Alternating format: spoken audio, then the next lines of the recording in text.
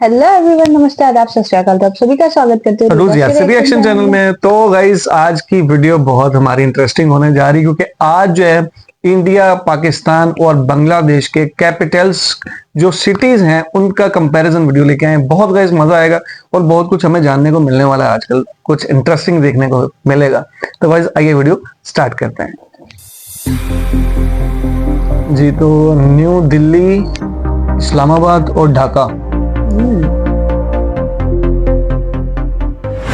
दोस्तों ये है नई दिल्ली, जिसे इंद्रप्रस्थ के नाम से भी जाना जाता है। नई दिल्ली भारत की राजधानी के रूप में कार्य करता है। 12 दिसंबर 1911 को इस शहर को बनाया गया, जो कोलकाता के बाद भारत की नई राजधानी बना। नई दिल्ली आज 42.7 वर्ग किलोमीटर के इलाके में विस्तृत है। जनसंख्या की बात करें तो यहाँ 2011 में अंतिम जनगणना हुई थी, जिसमें दिल्ली की जनसंख्या लगभग 2.5 लाख लोगों के आसपास पाई गई। जनसंख्या और क्षेत्रफल का अनुपात निकाल कर देखें तो यहाँ 5900 व्यक्ति प्रति वर्ग किलोमीटर का जनसंख्या घनत्व पाया जाता है। वैसे तो सिर्फ नई दिल्ली ही भारत की राजधानी है, लेकिन नई दिल्ली और पुरानी दिल्ली दोनों को ही लोग भारत की राजधानी मानते हैं। यहाँ की साक्षरता की बात करें तो यहाँ की 89% आबादी हिंदी बोली जाती है। भाषाओं की बात करें तो यहाँ सबसे ज्यादा हिंदी बोलने वाले लोग रहते हैं, लेकिन अंग्रेजी यहाँ की आधिकारिक भाषा है। इंस्टीट्यूशनल कामों में यहाँ इंग्लिश का ही प्रयोग किया जाता है। धर्म के आधार पर जनसंख्या के आंकड़े देखें तो यहाँ 89% के आसपास ही हिंदू धर्म को मानने वाले लोग रहते हैं। इसके बाद 4.5% मुस्लिम, 3% ईसाई और 2% के आसपास सिख धर्म को मानने वाले लोग रहते हैं। दिल्ली की अधिकांश कामकाजी आबादी व्यापार, वित्त, सार्वजनिक प्रशासन, पेशेवर सेवाओं और विभिन्न सामुदायिक, व्यक्तिगत और सामाजिक सेवाओं में लगी हुई है। दरअसल कई सदियों से पुरानी दिल्ली उत्तरी भारत में एक प्रमुख व्यापारिक और वाणिज्यिक केंद्र है। भाई साहब 90 सही हिंदी बोल रहे हैं, कुछ समझ आ रही कुछ नहीं आ रही। और वित्तीय नेटवर्क में एक महत्वपूर्ण नोड के रूप में काम कर रही है।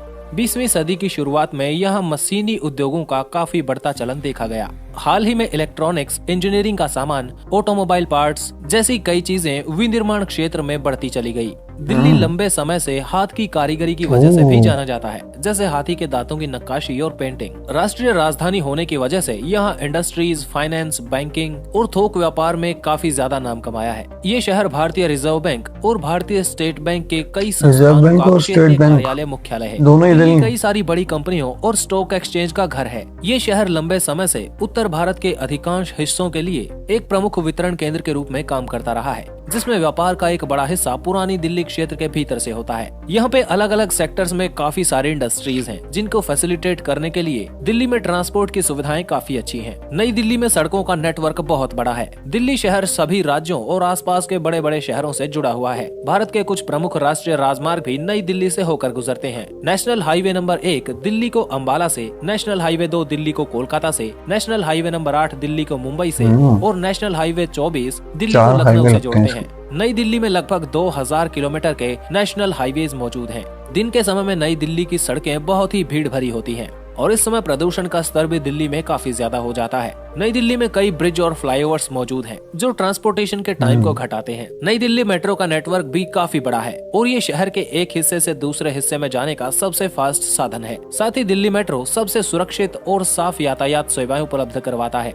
एयरवेज और रेलवेज भी यहाँ के महत्वपूर्ण ट्रांसपोर्ट सिस्टम में से एक है, जो नई दिल्ली को अन्य शहरों और देश के भीतर और बाहर जोड़ते हैं। इससे लोगों को विभिन्न विकल्पों का लाभ मिलता है और यात्रा करने में सुविधा होती है। दिल्ली का इंदिरा गांधी इंटरनेशनल एयरपोर्ट दुनिया के कई देशों से इसे जोड़ता है। ये हवाई अड्डा देश के मुख्य हवाई अड्डों में से एक है। दोस्तों ये है ढाका, बांग्लादेश का नेपाल से निकलने वाली नदी बूढ़ी गंगा के किनारे पर बसा बांग्लादेश का एक इम्पोर्टेंट शहर। ये शहर बांग्लादेश की राजधानी होने के साथ साथ सबसे महत्वपूर्ण इंडस्ट्रियल हब और एडमिनिस्ट्रेशन सेंटर है। आज की वीडियो में शहर के इतिहास से लेकर वर्तमान में ये शहर किस मुकाम पर खड़ा है, इसकी चर्चा करेंगे। एक्सप्लोर वाईआरएस के वीडियोस में एक बार फिर से स्वागत है। आपको पता है कि ढाका बांग्लादेश की राजधानी है। ढाका शहर पूरी दुनिया की लार्जेस्ट बंगाली स्पीकिंग सिटी है। ये दुनिया की 8वीं लार्जेस्ट और 10 मिलियन की पॉपुलेशन के साथ दुनिया की 6ठी डेंसली पॉपुलेटेड सिटी है। ढाका साउथ एशिया में मौजूद दुनिया के सबसे बड़े शहरों में से एक है। वैसे तो ये शहर पहली सदी की शुरुआत में ही बस गया था, लेकिन अर्ली मॉडर्न हिस्ट्री में 17वीं शताब्दी में ये शहर मुगलों की बंगाल प्रोविंस की आर्थिक राजधानी बना रहा।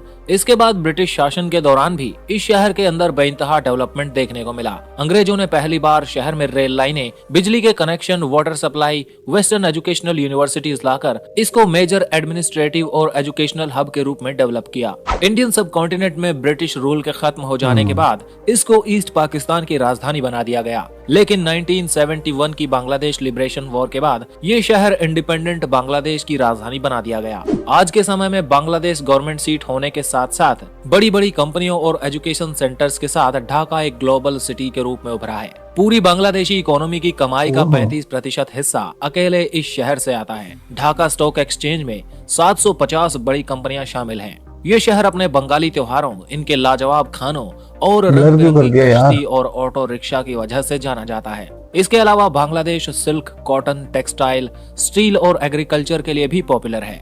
आइए अब जानते हैं ढाका के बारे में कुछ ऐसे फैक्ट्स जो इसे दुनिया की दूसरी सिटीज से अलग बनाते हैं। इस शहर का यातायात 4 लाख ऑटो रिक्शा और बाइक साइकिल रिक्शा पर टिका हुआ है, जिसकी वजह से इसको दुनिया की रिक्शा कैपिटल कहा जाता है। ढाका को दुनिया की ट्रैफिक जैम सिटी भी कहा जाता है। 2011 की सरकारी रिपोर्ट के अकॉर्डिंग 7 घंटे जाम लगा रहता है। ढाका के लोग क्रिकेट के पुजारी माने जाते हैं। ढाका शहर में ही नेशनल लेवल का स्टेडियम मौजूद है और बांग्लादेश की टीम में खेलने वाले खिलाड़ी ढाका में ही रहते हैं। यहाँ के हर एक गली, मोहल्ले और सोसाइटी में आपको क्रिकेट टीमें देखने को मिल जाएंगी। ढाका को सिटी ऑफ मॉस्क भी कहा जाता है, जिसमें कई मस्जिदें सैकड़ों सालों पुरानी हैं। वैसे तो ढाका में बंगाली और इस्लामिक कल्चर देखने को मिलेगा, लेकिन इस शहर में एक ऐसी मार्केट है जिसको हिंदू स्ट्रीट कहा जाता है, जहाँ पे आपको वाइब्रेंट कलर्स के मार्केट्स, ज्वेलरी और इंडियन क्लासिक चीजें देखने को मिलेंगी। कई थ्योरी दी जाती हैं कि इस शहर का नाम ढाका कैसे पड़ा होगा। कुछ लोग कहते हैं कि तारकेश्वरी देवी मंदिर की वजह से इस शहर को ढाका कहा जाता है, और कुछ का मानना है कि ढाका में लाखों की संख्या में ढाका नाम का पेड़ पाया जाता है, जिस वजह से इसका नाम ढाका पड़ा। अगर आप बांग्लादेश से इस वीडियो को देख रहे हैं तो कमेंट करके बताइए इसका नाम ढाका कैसे पड़ा होगा। अब बात करते हैं ढाका में घूमने की जगहों के बारे में। लाल बाग फोर्ट 17वीं शताब्दी में बनाया गया। इसको मुगल सूबेदार आजम शाह द्वारा साल 1678 में बनाना शुरू किया गया। इसके आसपास आप इस शहर का लोकल फूड ट्राई कर सकते हैं। ये किला ओल्ड ढाका सिटी की मेजर अट्रैक्शंस में से एक है। अगला है बांग्लादेश नेशनल म्यूजियम। इस म्यूजियम में ढाका शहर कब बसा इसके बारे में जानकारी देखने को मिलती है। ढाका और बांग्लादेश से रिलेटेड कुछ ऐसी चीजें भी रखी हैं जो बांग्लादेश लिबरेशन के समय मीठी और कड़वी यादों का आईना बनी हुई हैं। नंबर 3 पर है ढाकेश्वरी टेम्पल। हिंदू धर्म और इसकी संस्कृति भारतीय उपमहाद्वीप की सबसे पुरानी संस्कृतियों में से एक है। इस शहर का ढाकेश्वरी टेम्पल इसलिए खास है क्योंकि बंगालियों का सबसे मशहूर त्योहार दुर्गा पूजा को यहाँ धूमधाम से मनाया जाता है। इस मंदिर को देखने भारत और म्यांमार से काफी लोग आते हैं। Capital of Pakistan Islamabad.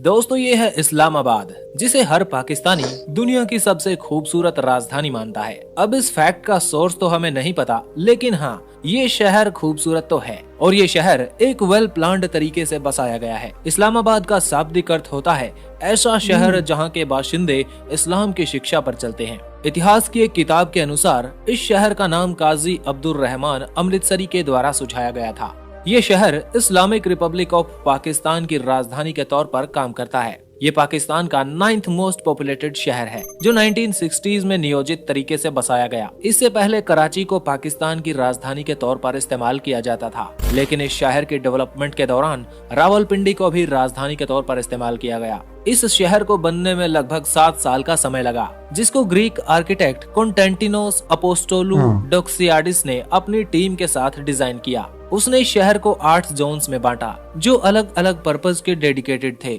जिनमें residential, educational, commercial, industrial, rural और ग्रीन एरियाज शामिल थे। इस्लामाबाद को यहाँ के शहरी जीवन और जंगल के अद्भुत और खूबसूरत समागम की वजह से जाना जाता है। यहाँ पार्क से लेकर जंगल और खूबसूरत व्यू पॉइंट मौजूद हैं। माना जाता है कि यहाँ दुनिया की 5वीं सबसे बड़ी मस्जिद मौजूद है, जिसे फैजल मॉस्क के नाम से जाना जाता है। पाकिस्तान का सबसे ज्यादा कॉस्ट ऑफ लिविंग इसी शहर का है। ये शहर 20 यूनिवर्सिटीज और ढेर सारे एजुकेशनल इंस्टीट्यूशंस का घर है। साथ ही इसे पाकिस्तान का सबसे सुरक्षित शहर माना जाता है। मरगला पहाड़ियों की तलहटी में ये शहर 220 वर्ग किलोमीटर के विशाल भूभाग पर विस्तृत है। इस्लामाबाद का पूरा मेट्रो एरिया लगभग 906 वर्ग किलोमीटर है। अंतिम बार यहाँ 2023 में जनगणना की गई, जिसमें यहाँ की आबादी लगभग 11,08,000 के आसपास पाई गई। जनसंख्या और क्षेत्रफल के हिसाब से देखें तो यहाँ तकरीबन 2600 व्यक्ति प्रति वर्ग किलोमीटर का जनसंख्या घनत्व यानी पॉपुलेशन डेंसिटी पाई जाती है। भाषाओं की बात करें तो 2017 की जनगणना में यहाँ की आबादी का लगभग 50% हिस्सा पंजाबी बोलता पाया गया। वही 18% पश्तो, 12% उर्दू